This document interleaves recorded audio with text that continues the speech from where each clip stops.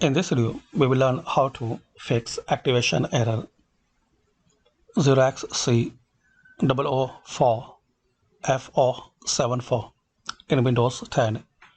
So to resolve this issue, first thing you have to do, open CMD. So click on this search icon and type CMD. Now run as administrator. Now here you need to type this command line SL mgr space /IPK space. Now paste your product key, then press enter.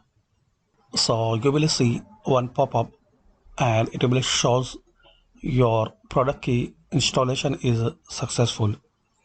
So hopefully guys, by this simple step we can know how to fix activation error 0xc004f069 in Windows 10. Thanks for watching this video.